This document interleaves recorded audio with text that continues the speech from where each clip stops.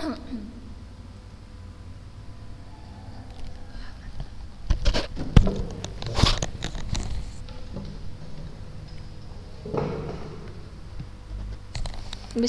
Assalamualaikum warahmatullahi wabarakatuh. Innal hamdalillah nahmaduhu wa nasta'inuhu wa nastaghfiruh wa na'udzu billahi min syururi anfusina wa min sayyiati a'malina may yahdihillahu fala mudhillalah wa may yudlilhu fala hadiyalah. Asyhadu an la ilaha illallah wahdahu la syarikalah wa asyhadu anna Muhammadan abduhu wa rasuluh alladzi la nabiyya ba'da amma ba'du.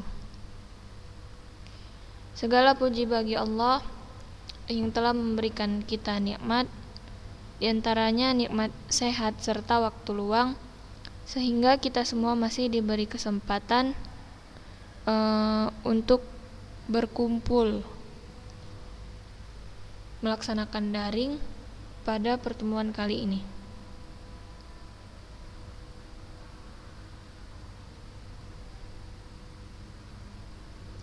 Baiklah, kita lanjut materi hadis kita, yaitu hadis ke-24. Kita baca kaedahnya. Kaedah hadis ke-24.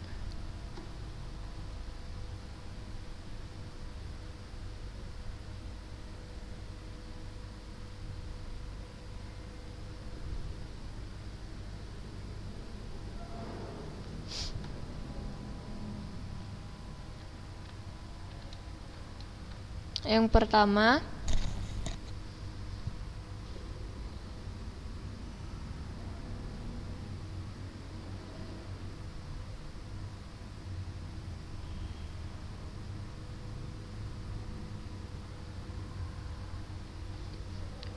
riwayat Nabi Sallallahu Alaihi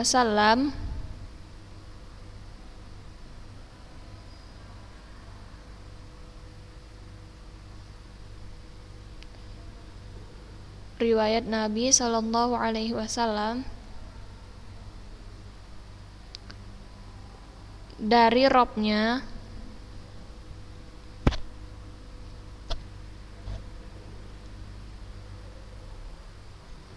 memiliki tingkatan sanad yang paling tinggi.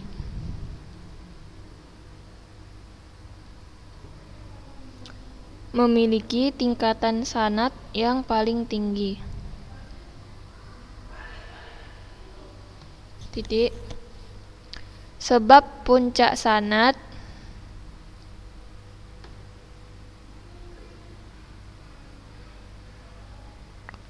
bisa kepada Allah Ta'ala,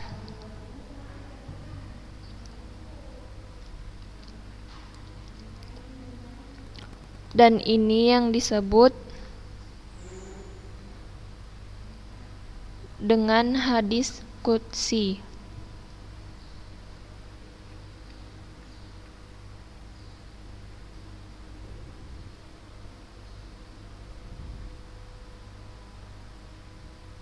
Yang kedua,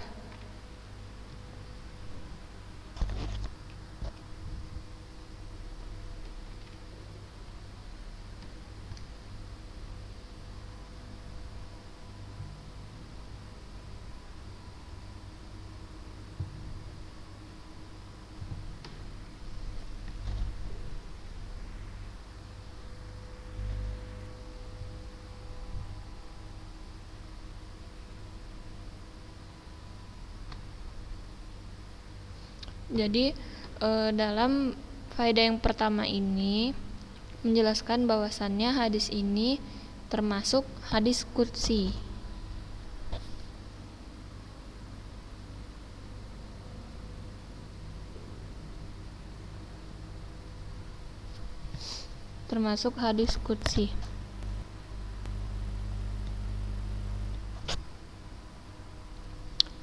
Yaitu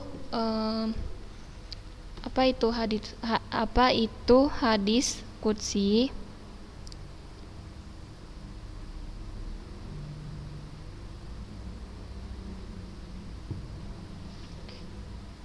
Dicatat ya.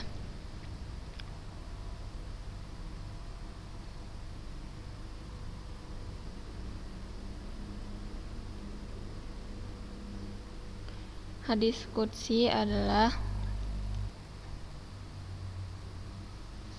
hadis yang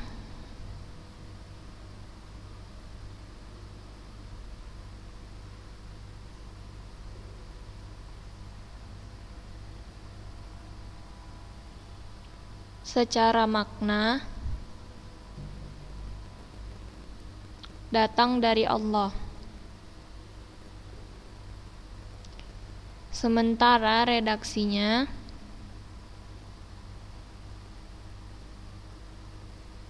dari Rasulullah Shallallahu Alaihi Wasallam. Nah, jadi maksud dari hadis qudsi ini adalah berita dari Allah Subhanahu Wa Taala kepada nabinya melalui ilham atau mimpi.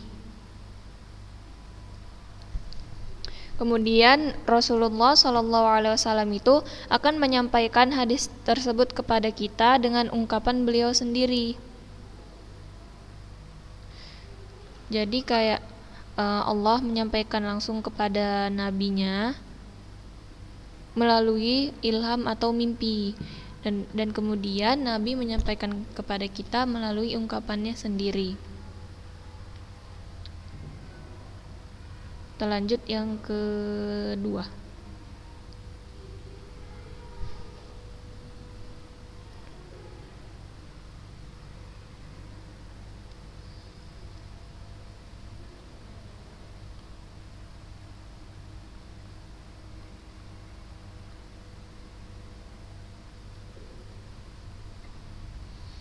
Hadis qudsi, ini ada penjelasan hadis kedua.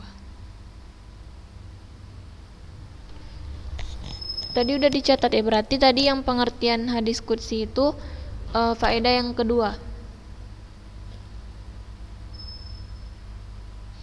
Hadis qudsi adalah hadis yang diriwayatkan dari Nabi Shallallahu Alaihi Wasallam dari Robnya. Tadi sudah saya jelaskan. Kita lanjut yang ketiga.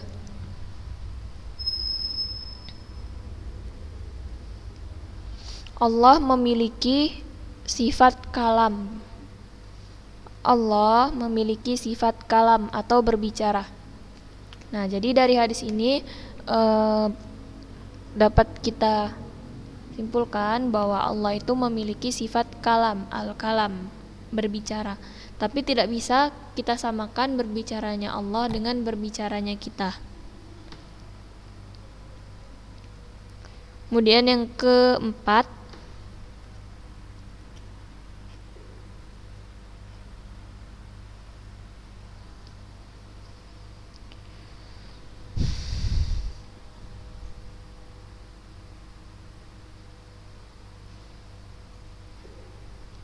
Allah mampu untuk berbuat zalim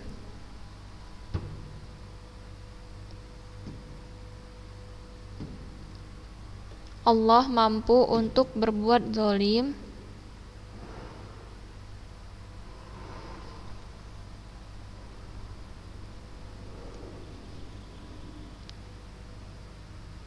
akan tetapi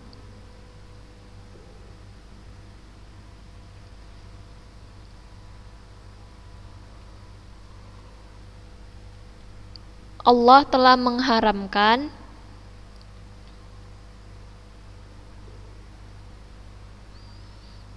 atas dirinya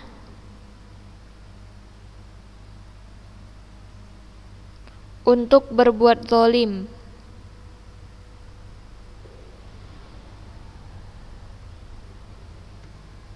disebabkan keadilannya yang sempurna. Ulangin, Allah mampu untuk berbuat zalim, akan tetapi Allah telah mengharamkan atas dirinya untuk berbuat zalim. disebabkan keadilannya yang sempurna.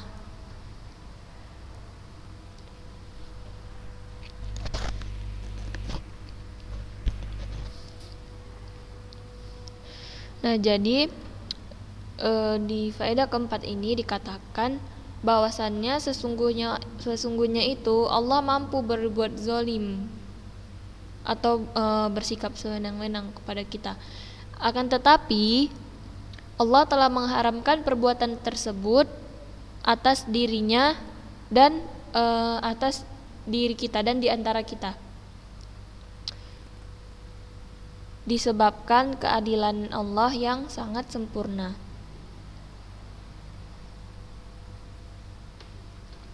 Yang terdapat di kalimat nih, ya ibadi inni haramtu dzulma ala nafsi wa ja'altuhu bainakum muharraman fala tadzalamu. Wahai hambaku, sesungguhnya aku mengharamkan kezaliman atas diriku dan menjadikannya di antara kalian haram. Maksudnya menjadikan perbuatan zalim itu juga haram bagi kita.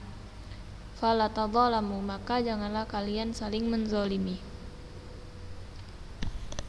Kemudian yang kelima,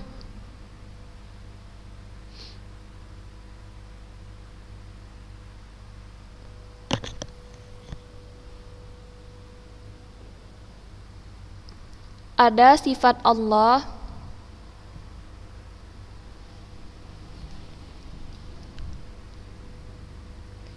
yang berupa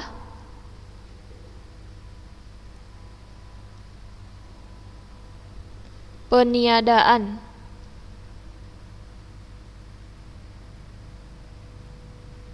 Ada sifat Allah yang berupa peniadaan.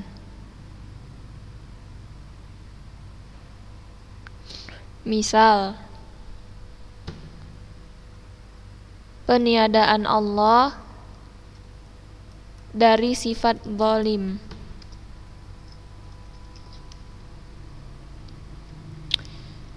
Nah, jadi Allah itu, sifat-sifat Allah itu ada yang berupa peniadaan. Maksudnya ada sifat yang berupa peniadaan untuk Allah. Contohnya itu sifat zalim. Karena Allah telah dikatakan sebelumnya bahwa Allah mengharamkan zalim untuk dirinya dan untuk kita.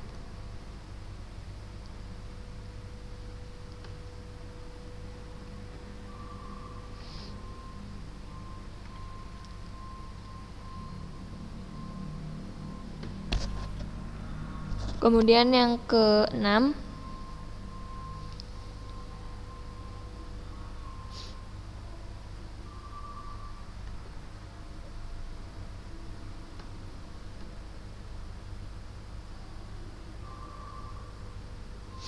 hak Allah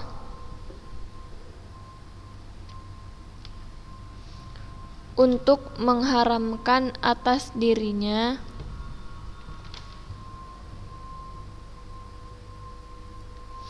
hak Allah untuk mengharamkan atas dirinya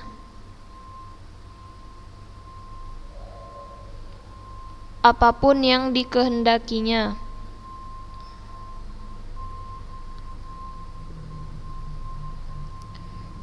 Apapun yang dikehendakinya.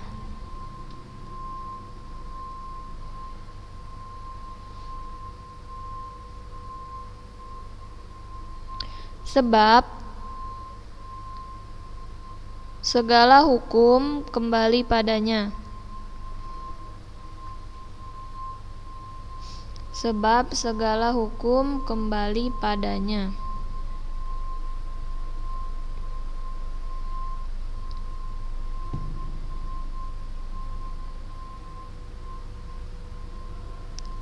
Sementara kita tidak bisa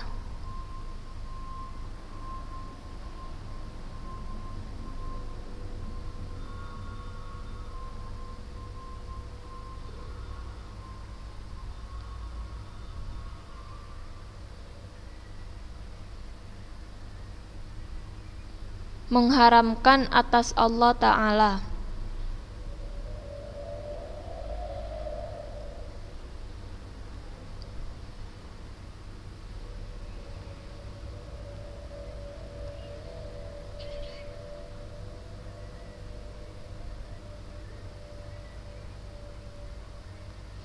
Allah lah yang mengharamkan atas dirinya. Allah lah yang mengharamkan atas dirinya.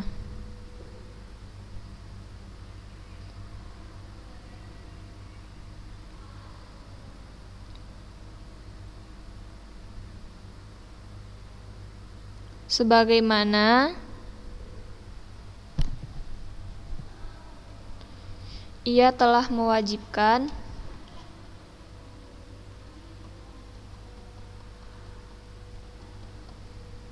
atas dirinya sekehendaknya.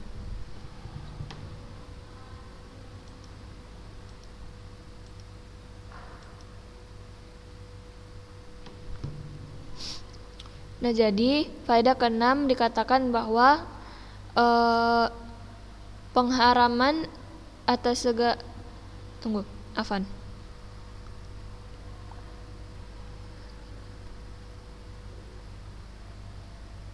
segala sesuatu yang Allah haramkan untuk dirinya itu merupakan hak Allah.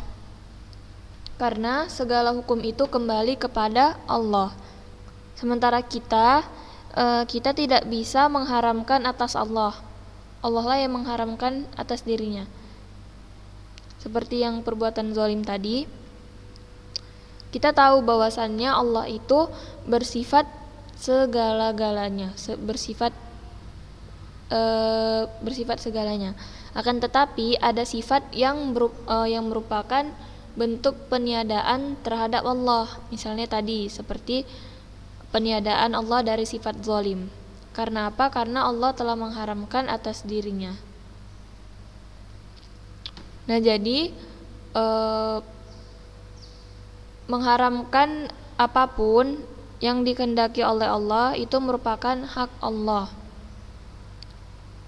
Saya ulangi lagi, karena segala hukum itu kembali kepada Allah. Jadi tidak bisa jika kita yang mengharamkan, misalkan mengharamkan sesuatu atas Allah, nggak bisa kita yang mengharamkannya. Itu Allah sendiri yang mengharamkan atas dirinya. Kemudian yang ke-7,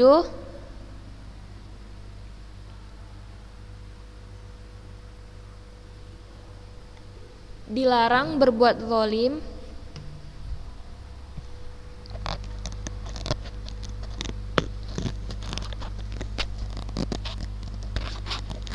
kepada orang lain.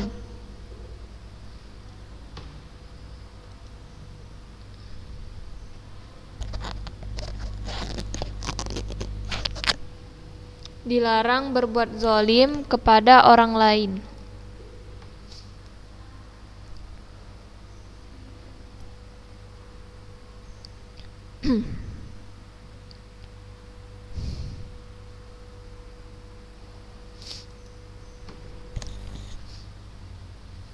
Itulah zalim yang dimaksudkan dalam hadis. Jadi kita dilarang untuk berbuat zalim satu sama lain. Seperti yang terdapat di sini. Fala tadzalamu, maka janganlah kalian saling menzalimi. Yang ke-8,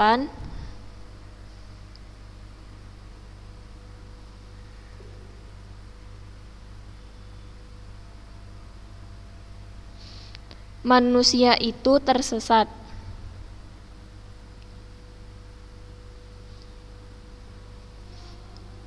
kecuali yang Allah berikan petunjuk kepadanya.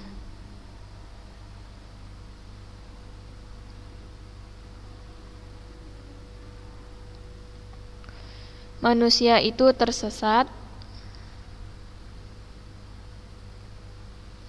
kecuali yang Allah berikan petunjuk kepadanya. Nah, jadi dari faedah ini dapat kita simpulkan bahwasannya asal mula kita itu sebenarnya kita berada di dalam kesesatan. Seperti yang terdapat di hadis, kullukum dhallun illa man hadaituhu fastahduni ahdikum. Jadi asal mula kita itu sebenarnya sesat. Maka dari itu kita wajib untuk senantiasa memohon hidayah kepada Allah supaya kita tidak tersesat. Jadi kita harus banyak-banyak bersyukur apabila kita telah diberi hidayah kepada Allah. Contohnya seperti Antuna maupun Ustazah, kita diberi kesempatan, kita diberikan petunjuk untuk sekolah di Sekolah Islam Ulunuha. Karena apa? Karena di sini kita diajarkan akidah yang baik dan benar, yang sesuai dengan Al-Quran dan As-Sunnah. Akan tetapi kita juga harus terus-menerus meminta hidayah kepada Allah agar kita dihindari dari perbuatan yang sesat.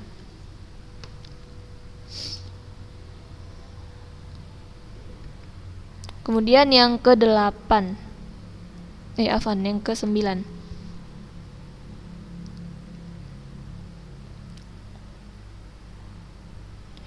Karena kita dikatakan semuanya sesat, kullukum dhallun, setiap kalian adalah sesat. Karena kita dikatakan semuanya sesat, maka kita diperintahkan untuk menuntut ilmu.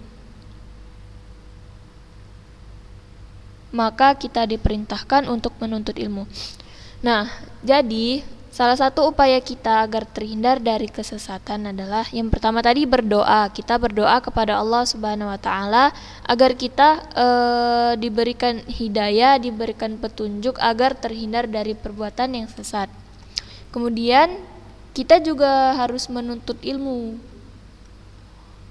Kita harus menuntut ilmu yang benar agar kita terhindar dari kesesatan.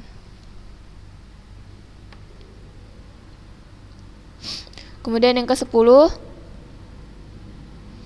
hidayah tidaklah diminta kecuali dari Allah Ta'ala. Hidayah tidaklah diminta kecuali dari Allah Ta'ala.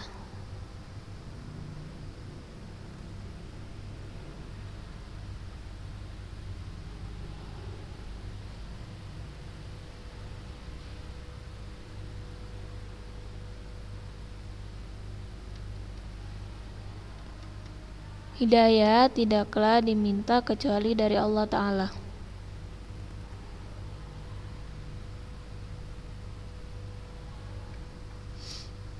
Jadi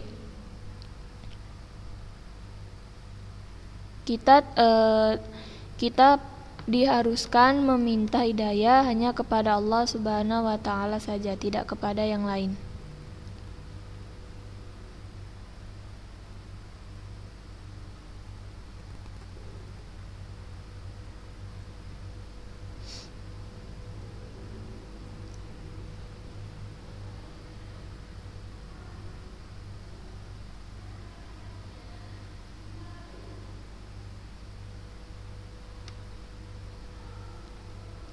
Kemudian yang ke-11, pada dasarnya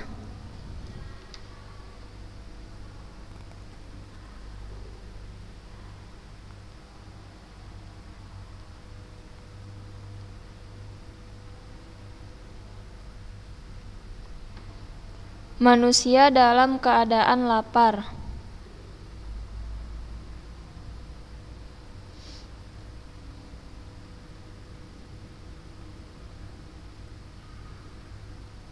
Pada dasarnya manusia dalam keadaan lapar.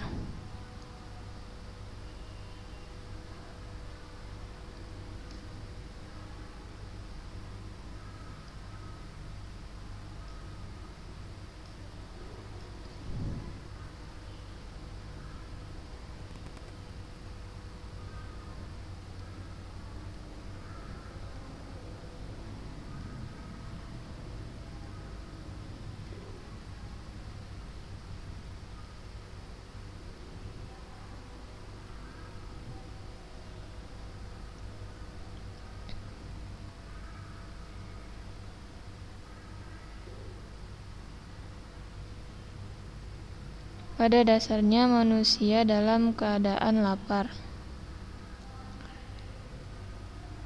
Sebab mereka sama sekali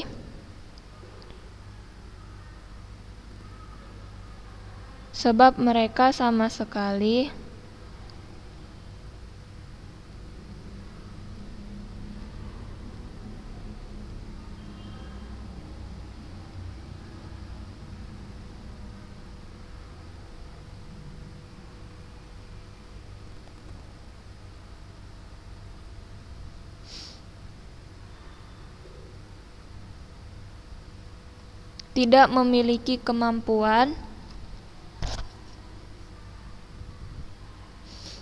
untuk membuat sesuatu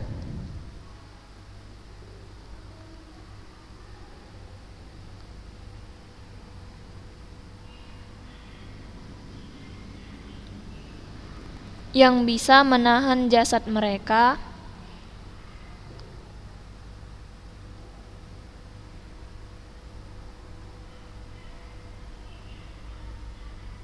tetap hidup.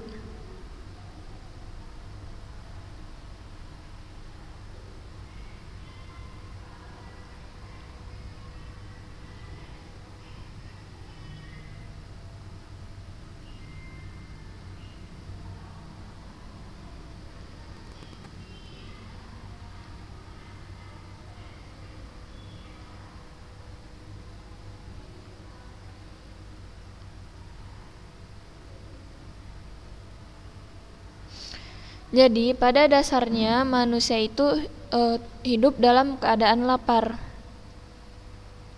Akan tetapi mereka sama sekali tidak memiliki kemampuan untuk membuat sesuatu yang bisa menahan jasad mereka agar tetap hidup. Maka dari itu kita meminta segala sesuatunya kepada Allah. Kita meminta makan kepada Allah.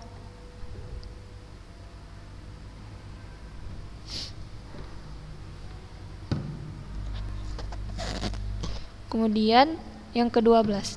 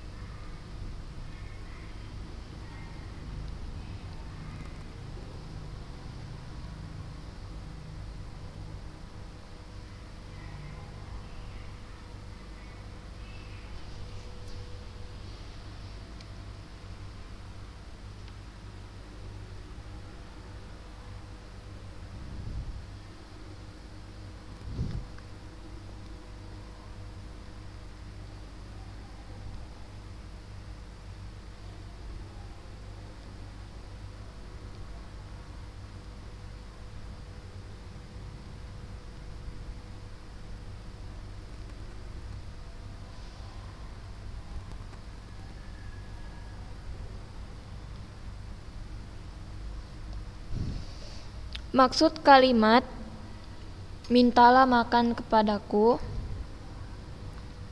Maksud dari kalimat mintalah makan kepadaku